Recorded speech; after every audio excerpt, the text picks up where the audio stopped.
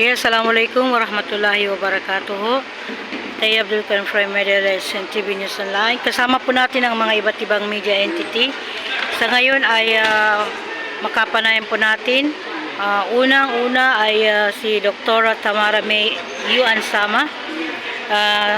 Siya po yung vaccination program or overall in charge ng vaccination program sa isinasagawang 2024 HATS vaccination. And then si Sir Nasruddin A. Khalif, siya yung regional HATS operator or HATS committee chairperson, and from Muslim Settlement Division Chief Officer. And pangatlo ang ating OIC, walang iba kundi si Attorney Gapor Ketor. Siya po yung Regional Director. So, unang-una, ano po yung pinakaunang layunin natin kung bakit isinasagawa yung 2024 HATS vaccination programs, Attorney? Okay, una sa lahat, gusto po natin batiin ang tagapakinig ng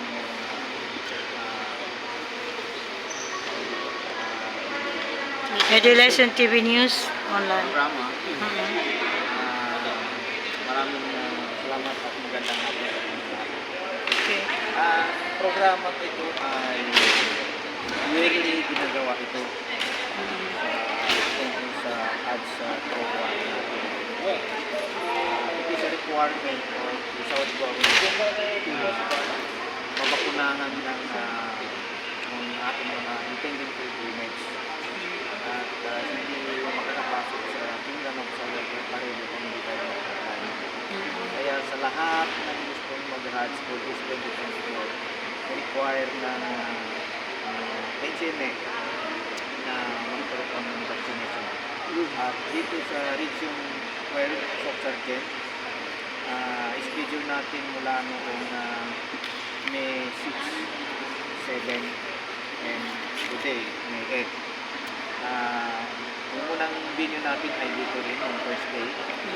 Then the second venue ay nasa labi tayo ng Cotabato City Palace. Then the third day today, ngayon balik tayo dito sa CCC. So mga details nito, pwede nyo matanong chairperson natin sa HATS Operation Processing Center and the overall in charge on the vaccination, si Dr. Tama. So, pangalawang katanungan, sir, ano po yung sa kasalukuyan ng ginagawa ng ating pamahalaan upang ligtas at mapanatili yung kaligtasan, yung kaayusan at kagalingan ng individual na sumasailalim sa vaccination, this 2024 HATS program. Yes, Doktor. So yung government namin under our national level,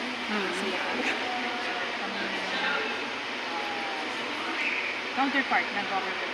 We represent us in the Philippines sa Saudi Arabia. So i-guide natin yung mga Philippines natin.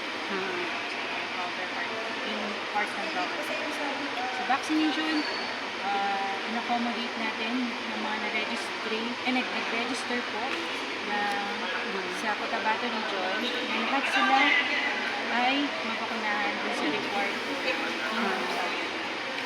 So, alhamdulillah.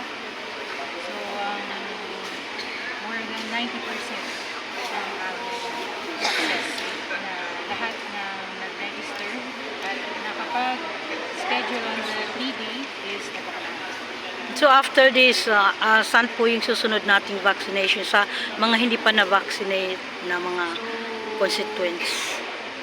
Sa mga hindi pa po na-vaccine under Cotabato Regional Registrants, mag-coordinate muna sa amin, NCMF Regional, para mag-accommodate namin kayo sa next na vaccination, which is in Gensan. NCMF Gensan office po namin.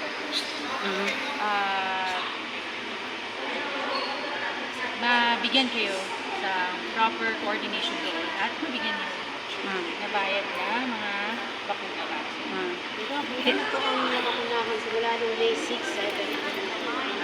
First day namin, 333, 326 sa second day, and then final ngayon, 100. So all in all is 800. Ang request ng region as of April 27 was 820. So lahat halos na kapunahan. Ma'am, Yes. ito po bang serbisyong ito ay libre po para sa lahat ng mga magha-Hajj? Ang bakuna is as of Kasali. our program last 2022, 23, and today, this year, binabayaran po ng mga pilgrims ang dalawang bakuna. However, there are certain times na nagkakaroon ng mga MOA from different agencies. Baka may mga nakwento before, may pilgrimage ako, binabayaran ng flu, free ang minigo. As of the 3 years span ngayon is binabayaran ng pilgrimage. Yes sir, meron po kayong paragdagan ha? Sir, kamustahin po natin kumpara sa nagdaang taon since that alam po natin na pang buong kalawakan na po ang nararanasan nating El Nino ngayon. Kamustahin po natin ang total o dami po ng magha-Hajj sa taong ito kumpara sa mga nagdaang taon. Bismillahirrahmanirrahim. Assalamualaikum warahmatullahi wabarakatuh. Waalaikumsalam. So, ang sagot dun sa katanungan yun, no? Right now is wala pa kaming klarong data kung ilan talaga ang aalis.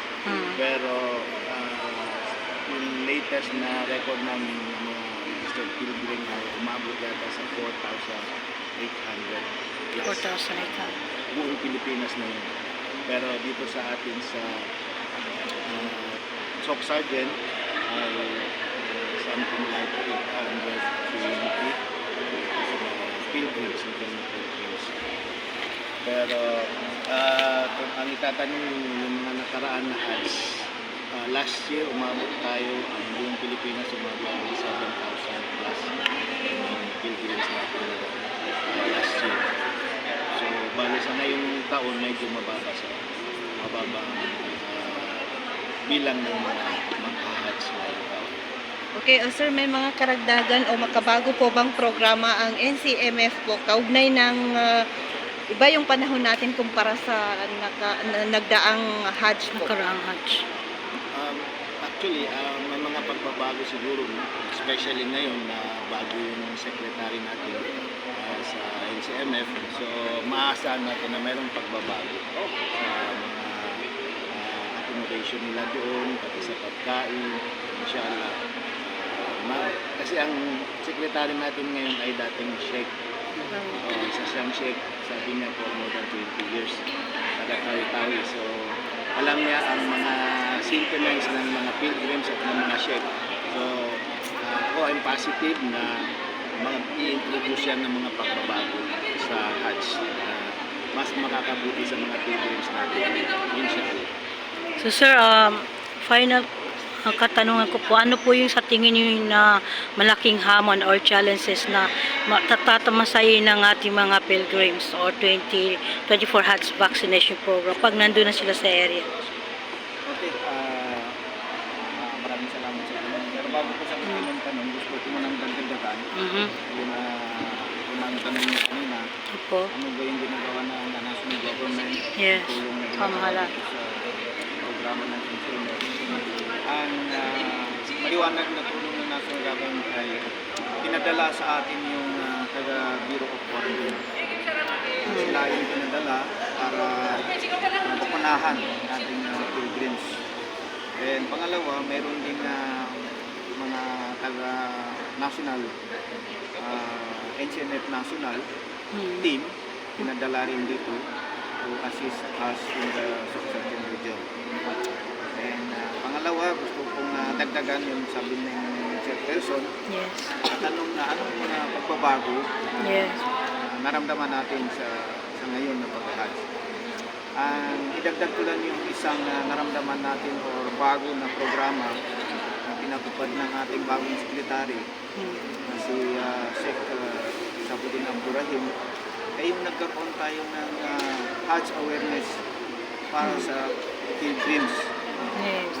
Mayroon tayong mga nakarang pero hindi formal as what we have done noong May 5 sa Al-Noor.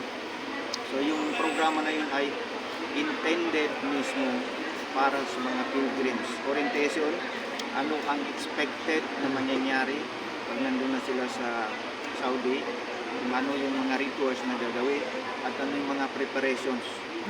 So napakalaking tulong yun para sa intended pilgrims kasi na-visualize nila what will happen during the pilgrims at nakapaganda sila. Then balikan ko yung Challenges. ano mga expected challenges na nakikita natin. Una siguro dahil mainit ang panahon. Yes. And pagdating sa proper Hajj, aabutan pa tayo ng mainit na panahon.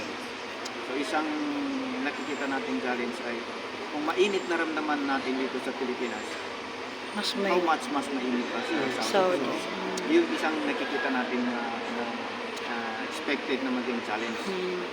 Another thing is hindi natin masigurado baka biglang magbago yung panahon. Yeah. May biglang uulan doon sa Saudi. Tulad ng nangyari sa Qatar ba yun? Biglang Yes. walang nag-flood. So, kasama rin sa expect natin. Hindi natin alam, climate change. Posibleng mangyari. Wala ko alam. So, magandaan din ng mga pilgrims natin yun. Then, pangatlo, na although this is more remote, pero possible mangyari. Yes. Mayroong kasalukuyan mga away, gulo-gulo sa Middle East, sa Gaza, sa Syria, then Iran, karoon ng konting gusot sa Israel.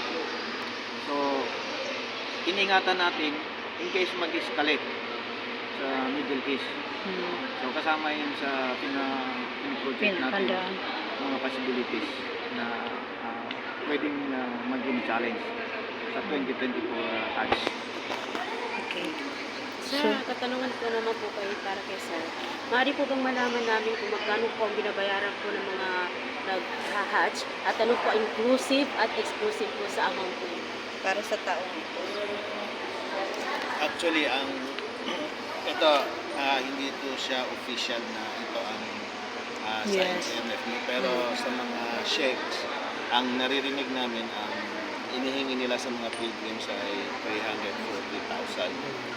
300. Bale, package na daw yun sa kanila. Package. Pero sa NCMF, ang binabayaran natin ay something like $3,366. And then, babayaran mo din yung plane ticket mo, back and forth na yun, pati yung domestic at saka international na ticket. Ganyan. So, that would be around mga 100. Ganyan. So, yun ang kwan, yung 3,360 na yun, yun ang amount ng mutawif. Kasali na doon yung accommodation mo sa Saudi Arabia, pati yung mga food. At saka kung ano mga payments na nire-require ng Saudi Extra. government. Ano na. So, yung kasali na doon ang bayaran ng vaccination. Kasali na dun. May ibang amount yung vaccination. Package. Ang vaccination is around 4,000 dot, no? 4,000 amount. Okay, so siguro wala na kaming ibang katanungan, sir. Di ba kung meron kaming nakalimutan na importante, gusto po niyong ipaabot sa ating mga constituents, lalo na sa mga nag-Hajj ngayong taon. Okay,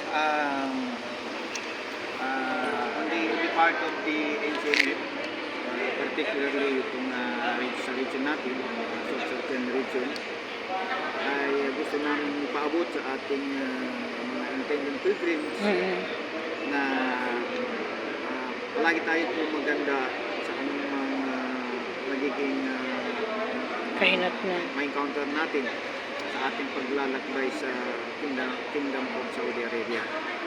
At paganda natin ang ating mga sarili, physically, mentally, ay dapat handa po tayo dahil ang journey of Hajj ay it involves physical activity, spiritual, and of course, mental preparation is also required. So, yun lang siguro, last na siguro, kung ano man mga concern ng ating intending pilgrimage, huwag sila mag-hesitant na magpunta o magpunta sa office ng NCMF Church Sergeant so that they can be assisted by our Hajj committee na pinamumunan ng ating chief na si Nas Khalid. Mga intending pilgrims natin, no? Yun nga, kagaya ng sabi ni Sir, ang Hajj ay hindi lang sa physical, kundi kasali na rin ang spiritual journey. So, pagdating naman ninyo sa Kingdom of Saudi Arabia, meron tayong mga advanced na NCMF supervisory. So, pwede kayong magpatulong sa kanila kung meron kayong mga problema or issues na nararanasan doon sa Madina at saka doon sa Makkah. So, makipag-ugnayan po sa mga NCMF at supervisory. Yun lang po. At Sir, maraming salamat for giving us opportunity on this occasion. Maraming salamat and wassalamualaikum warahmatullahi wabarakatuh.